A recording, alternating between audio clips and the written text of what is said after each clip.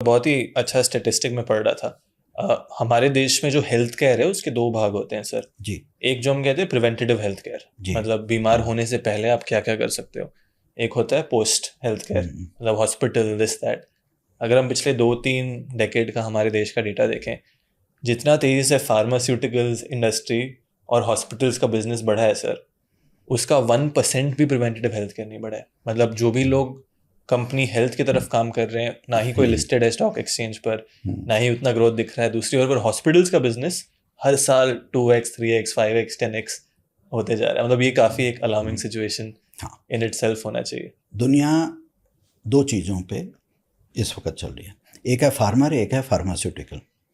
बिल्कुल। ठीक है, यहाँ तो अपना फार्मर ठीक कर लो।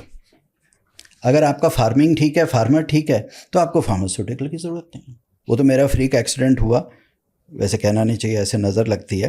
तो 59 में जाके मैं पहली बार हॉस्पिटलाइजेशन हुई, पहली बार मैंने टचवुड, हाँ। ऑपरेशन थिएटर देखा, पहली बार मेरे को रूम लेके मतलब 2 हफ्ते रहना पड़ा हॉस्पिटल के अंदर। तो ये वो but that was an accident.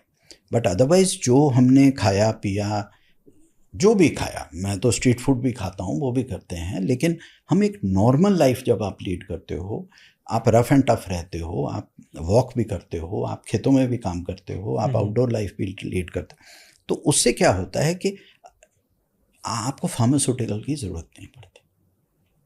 या तो अपना फार्मर ठीक कर लो, अपनी फार्मिंग ठीक कर लो, या फिर सारी ज़िंदगी फार्मास्यूटिकल के ऊपर निर्भर रहो। And that is why pharmaceuticals are doing so well, because लोग अपने फार्मर और अपनी फार्मिंग को ठीक नहीं रख रहे। बड़ी सिंपल सी चीज़ है।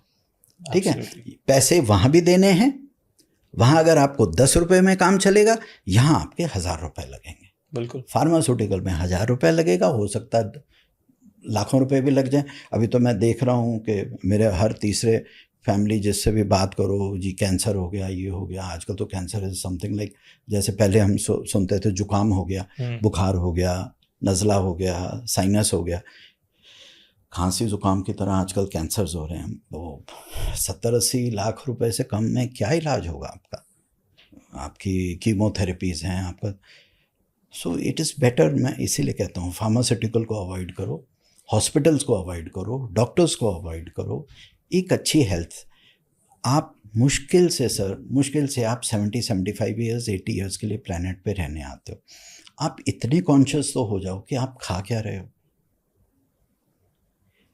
आपकी लाइफ 75 ईयर्स की अगर है तो 25,000 डेज की है। एक साल में 365 डेज हैं, सिंपल मैथमेटिक्स है। अरे इन 25,000 डेज को तो ठीक रखो ना अपना। और क्या करना है, सिर्फ इतना ही तो है कि कौन सा पानी पी रहे हो और कौन सा फार्म का खाना खा रहे हो। और अगर कस्टमर और हमारे एजुकेटेड लोग थोड़े से कॉन्शियस होने शुरू होंगे, और हो रहा है, ऐसा नहीं है, मैंने बहुत जगह देखा ये हो रहा है, फार्मर भी वैसे हो जाएगा कॉन्शियस। डिमांड सप्लाई की बात है। आप डिमांड करोगे तब वो आप ग्रो डिमांड करोगे तो होगा। अब जैसे मैं जहाँ से भी लेता हूँ उनको मालूम है, मैं लूँगा ही नहीं अगर वो ठीक नहीं होगा, है ना। आप चंडीगढ़ में देखिए, चंडीगढ़ में सिटी फॉरेस्ट के पास, वहाँ सैटरडेज को सुखना लेक के पास, वहाँ पर बड़े अच्छे अच्छे मैं तो एक छोटा एग्जांपल दे रहा हूँ। यहाँ दिल्ली में भी 6 जगह फार्मर्स मार्केट्स लगती हैं सैटरडेज़ को, वीकेंड्स पे लोग आते हैं, बड़े प्यारे प्यारे लोग आते हैं, और वो 7 दिन, वो 6 दिन वेट करते हैं, वो सब्जी नहीं खरीदते, जब वो फार्मर्स मार्केट लगती है वहीं से जाके खरीदते हैं। तो उसका भी सिक्योर्ड है इनकम, है ना, और कस्टमर को भी पता है, कंज्यूमर को भी पता है मैं क्या खरीद रहा हूँ। So it is about demand and supply.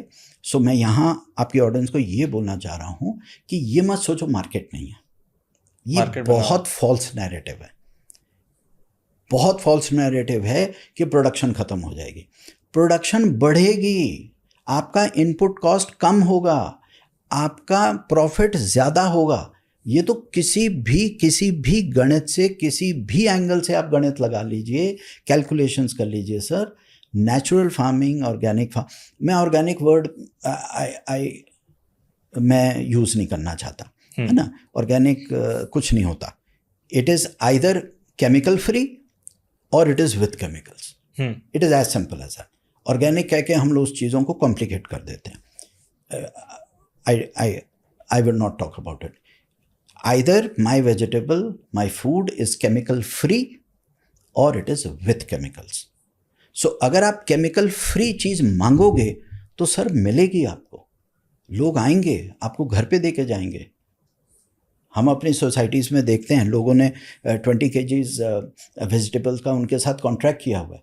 वो कुछ देते हैं उनको 2,000-3,000 रुपये महीना देते हैं. वो घर पे आके आपको इतने फ्रूट्स देंगे, इतना टमाटर आलू प्याज देंगे, इतना गीला मसाला देंगे, इतनी हरी मिर्च देंगे, इतना धनिया फ्रेश देके जाएंगे, मिर्च देके जाएंगे आपको, सेब केला ये वो सब थोड़ा असॉर्टेड चीज़ें होती हैं, फ्रूट्स एंड वेजिटेबल्स आपको घर पे डिलीवर करके जाते हैं.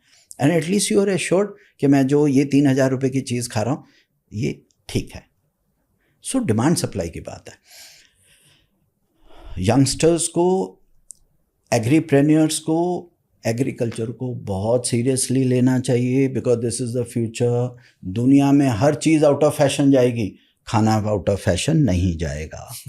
रोटी कपड़ा मकान, मकान भी हो सकता है फैशन से चला जाए, कपड़े भी हो सकता है कम हो जाएं ज़्यादा हो जाएं, खाना थोड़ा ना कम हो जाएगा.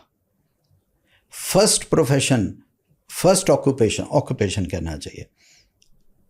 जब ह्यूमन बीइंग सिविलाइज्ड हुए, ह्यूमन सेटलमेंट्स हुई, हम पेड़ों से नीचे उतरे, केव्स में गए, केव से हम गैदरर्स हंटर्स बने, फिर हम लोग नदियों और वाटर सोर्सेज के आसपास आके ह्यूमन सेटलमेंट्स की. The first thing we did was farming. And when the planet comes to an end, when all these